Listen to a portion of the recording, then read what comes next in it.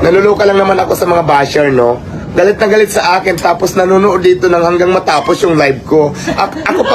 Ako kasi, alam mo yung ugali ko, pag galit ako sa isang tao, block ka agad para hindi ko siya makita, para no commitment, di ba? Akida, nag-screen recording pa yan. Yung mga backers.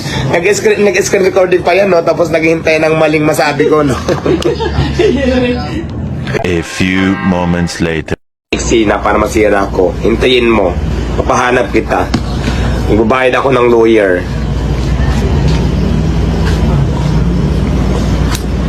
Papatrabaho kita. Lumabang ka ng patas. Wala namang akong ginagawang masama sa'yo. Nagninegosyo ako ng maayos. Ikaw naninira ka. Kaya dapat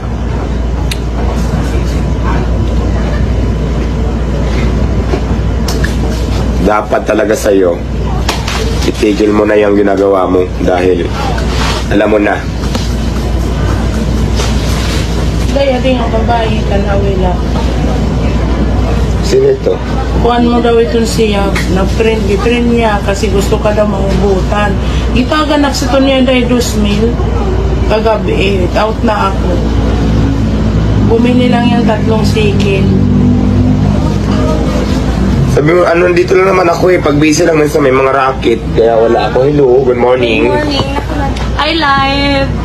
Nandito na ang pinakamagandang diwata. Ano pa nga ba? Di ba? Diba? Kita naman sa mukha. Ano ang masasabi mo doon sa mga kumakalat ngayon viral sa Facebook ngayon na naniningil ng 1.5 bago magpa-picture?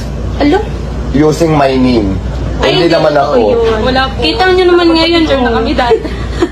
Wala. Hindi yan totoo, guys. Alam mo, nakakainis na kasi Ubus lang yun. kagigising ko lang tapos